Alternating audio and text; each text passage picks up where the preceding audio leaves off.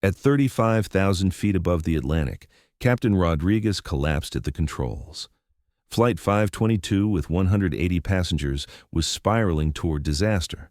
The co-pilot was unconscious from smoke inhalation.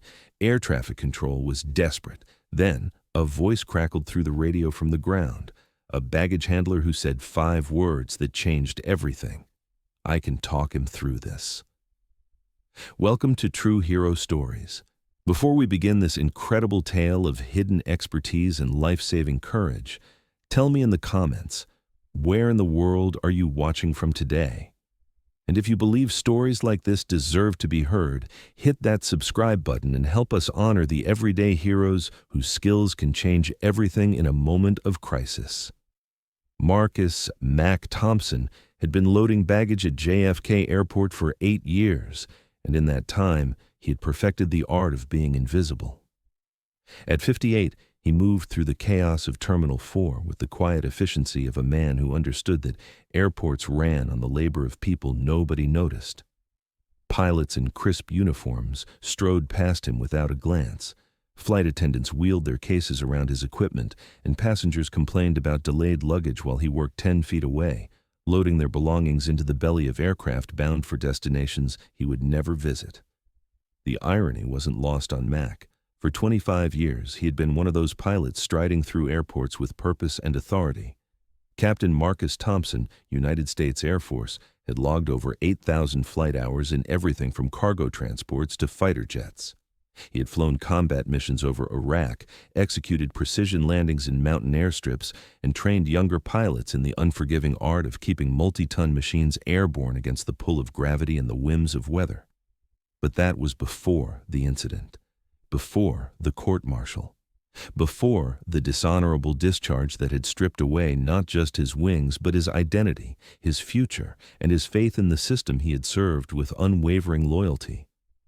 The official record stated that Captain Thompson had violated direct orders during a humanitarian mission in Afghanistan, endangering his crew and compromising operational security.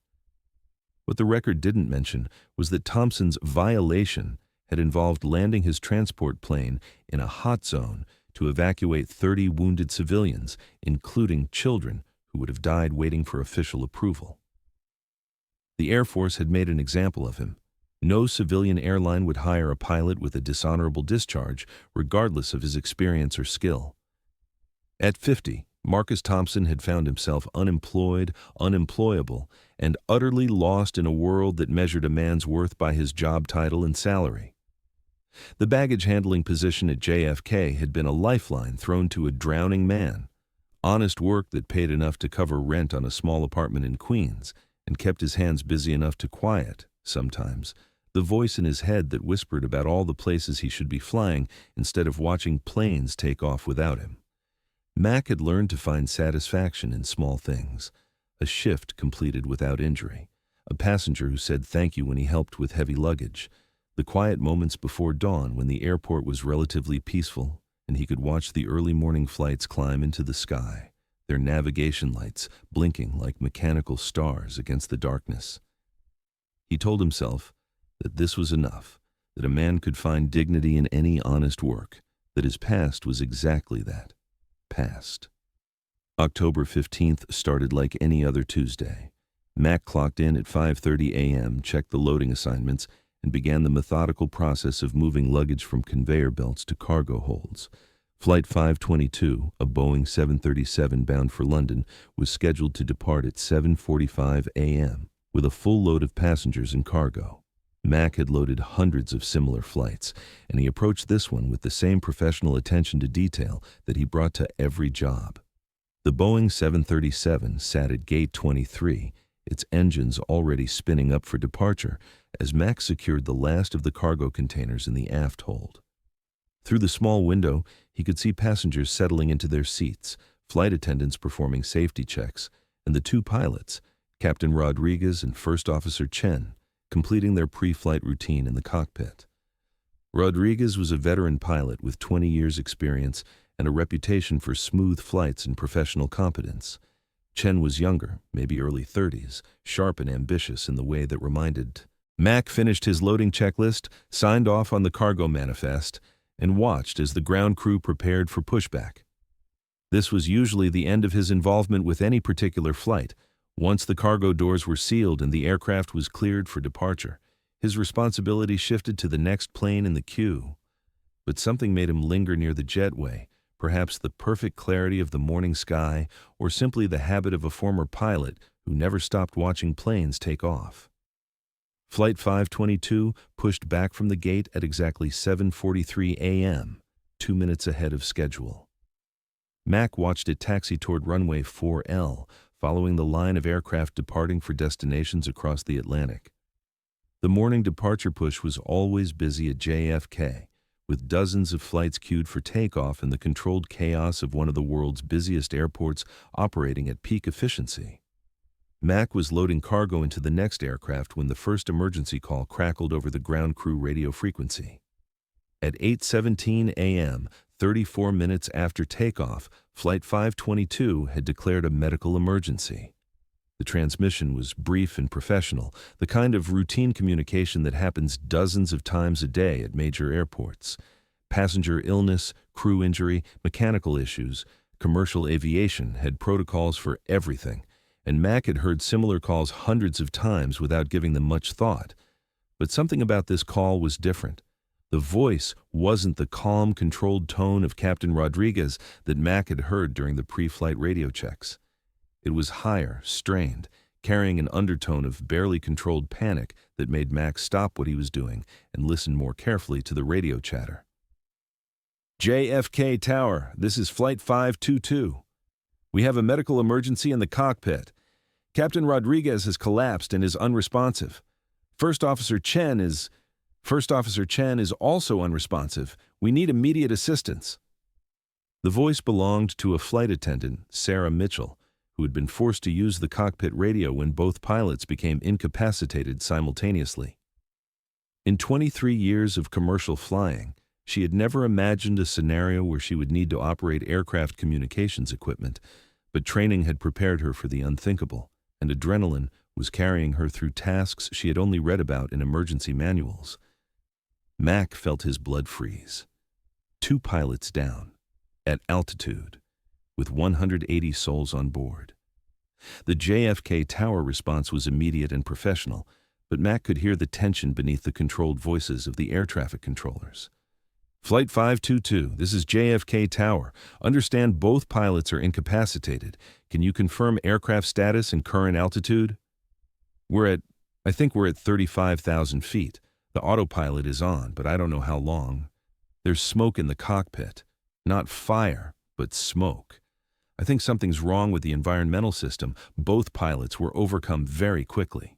Mac dropped his loading equipment and sprinted toward the control tower, his 8 years of invisible labor forgotten in an instant. He knew what was happening aboard Flight 522, environmental system failure leading to carbon monoxide poisoning in the cockpit. He had seen it before, during his military service, and he knew that the flight attendant had maybe 10 minutes before the entire aircraft would be in mortal danger. The JFK control tower was a testament to organized chaos, with multiple controllers managing dozens of aircraft in various phases of arrival and departure. When Mac burst through the door, still wearing his baggage handler uniform and breathing hard from his sprint across the terminal, every head turned toward him with expressions ranging from confusion to annoyance. "Sir, this is a restricted area," the supervisor David Kowalski started to say. "You need to—" "Flight 522, Mac interrupted, his voice carrying the authority of his former rank despite his current clothes. "I heard the emergency call. Both pilots are down. Environmental system failure. Probable carbon monoxide poisoning. I can help."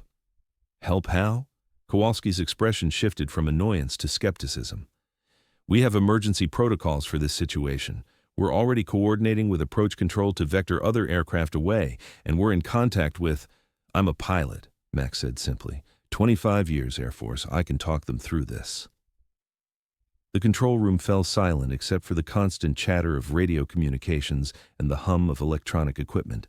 Every controller in the room was staring at the baggage handler, who claimed to be qualified to handle one of the most dangerous emergencies in commercial aviation. Kowalski studied Mac for a long moment, his mind racing through options and protocols. The standard procedure for this type of emergency was to provide the flight attendant with basic instructions and hope that the autopilot could maintain controlled flight until the aircraft could be vectored to the nearest suitable airport. But with both pilots incapacitated and environmental contamination in the cockpit, standard procedures might not be enough. "What's your background?" Kowalski asked quietly. "Captain Marcus Thompson, retired Air Force, 8,000 flight hours, including 737 simulator time during joint training exercises. I know the aircraft, I know the systems, and I know what needs to happen in the next 10 minutes to save those people." The senior controller, Maria Santos, had been listening to the exchange while maintaining radio contact with Flight 522. She looked up from her console with grim determination.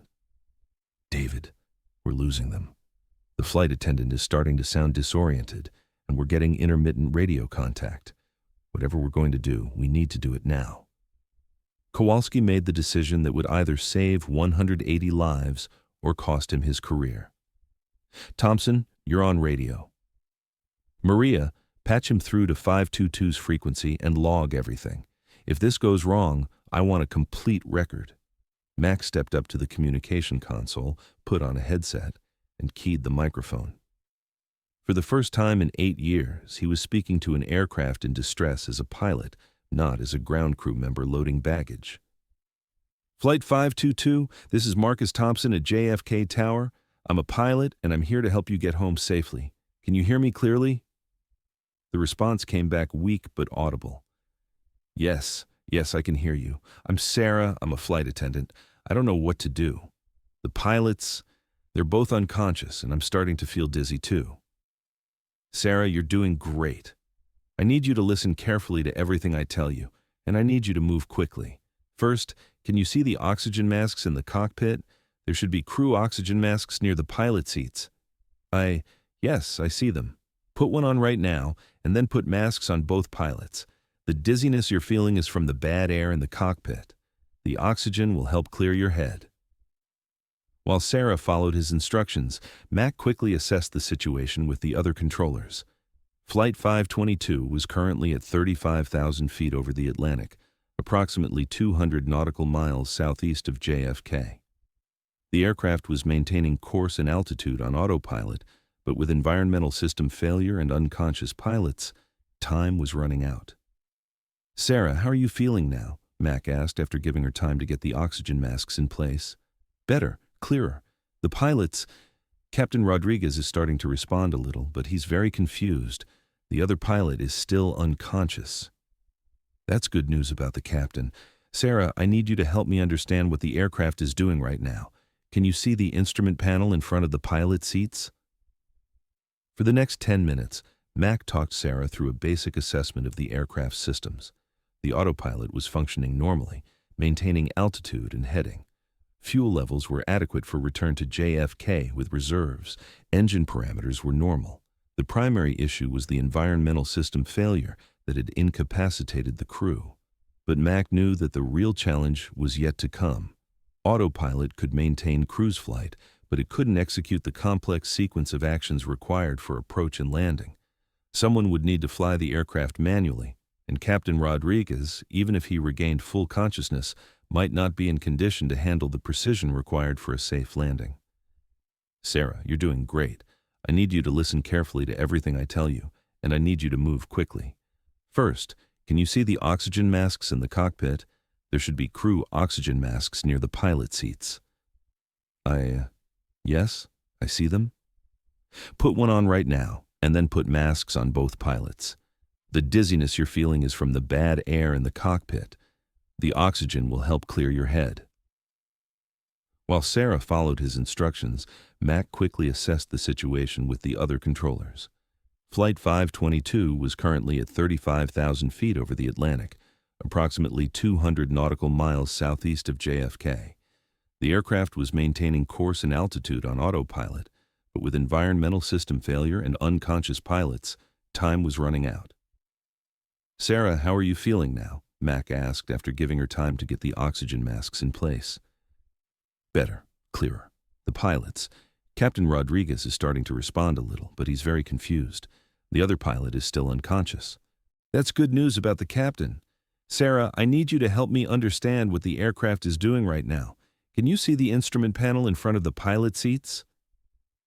For the next 10 minutes, Mac talked Sarah through a basic assessment of the aircraft's systems.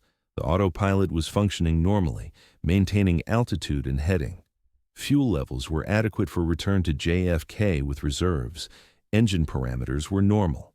The primary issue was the environmental system failure that had incapacitated the crew. But Mac knew that the real challenge was yet to come. Autopilot could maintain cruise flight, but it couldn't execute the complex sequence of actions required for approach and landing. Someone would need to fly the aircraft manually, and Captain Rodriguez, even if he regained full consciousness, might not be in condition to handle the precision required for a safe landing. Sarah, is Captain Rodriguez able to speak yet? Mac asked. He's awake, but he's very weak and confused. He keeps asking where we are. Can you put the headset on him?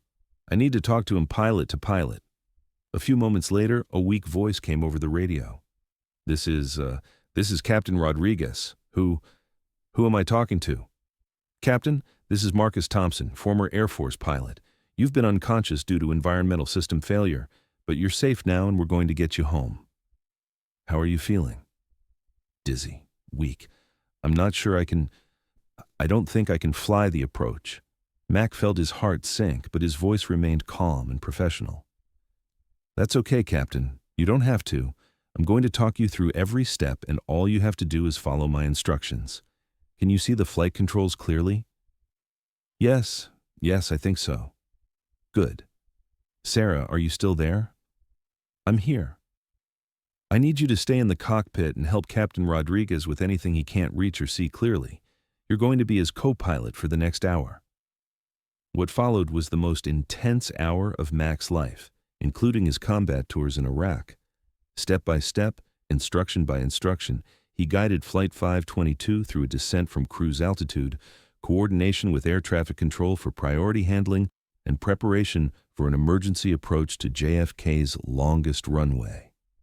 Captain Rodriguez, still weak from the carbon monoxide exposure, followed Mac's guidance with the trust that only one pilot can give to another. Sarah Mitchell. 6 months later, Mac Thompson was back in a cockpit, this time as a captain for a major cargo airline that valued experience and skill over bureaucratic credentials. The dishonorable discharge remained on his record, but it no longer defined his future.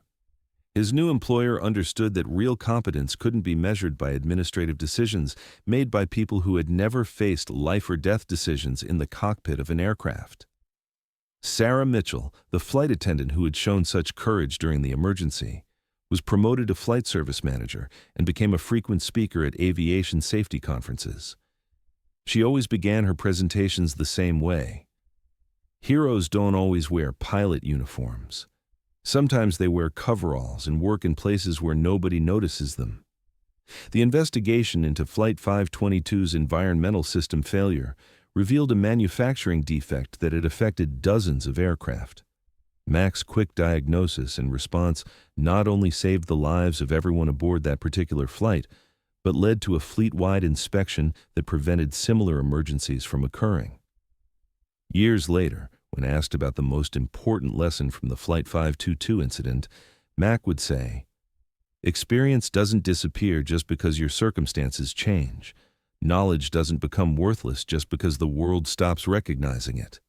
Sometimes the most important thing you can do is remember who you are, even when everyone else has forgotten." The small apartment in Queens was replaced by a house near the airport where Mac could watch the planes take off and landing, no longer as a spectator, but as a participant in the daily miracle of flight. The baggage handler's uniform was replaced by captain's stripes, but Mac never forgot the 8 years he had spent invisible among the machinery of commercial aviation. On quiet mornings when the airport was peaceful and the early flights were climbing into the sky, Mac would sometimes think about all the other veterans, all the other experienced professionals working in jobs that didn't reflect their true capabilities. He wondered how many had skills that could save lives, solve problems, or change the world, if only someone would listen when they offered to help.